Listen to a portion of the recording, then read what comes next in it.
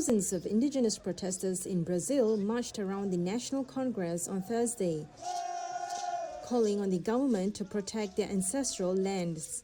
It's part of a yearly protest this week in defense of indigenous land rights.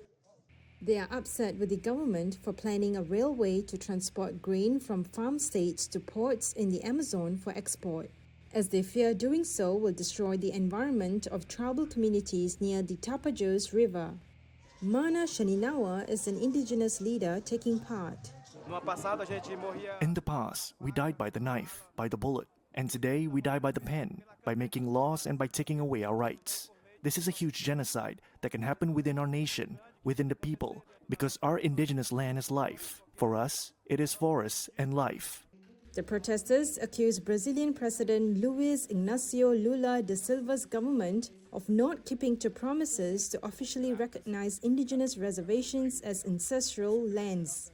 They say the recognition is essential to protect their territories from illegal loggers, wildcat gold miners, and land grabbers encroaching on the expanding agricultural frontier in the Amazon. President Lula, who met with 40 indigenous leaders who led the march, said on X that, quote, "It is my moral duty to do what I can to minimize the suffering of indigenous people and guarantee their rights." But the leaders came away with little more than promises.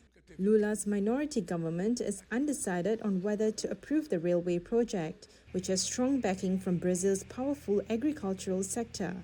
However, the farm caucus in Congress is pressing for the building of the 590-mile-long railway, first proposed in 2015 before Lula was in office.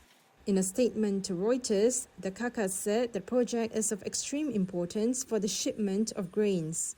They claim it will cut freight costs by 25% and release less carbon dioxide into the atmosphere than the trucks that are currently used.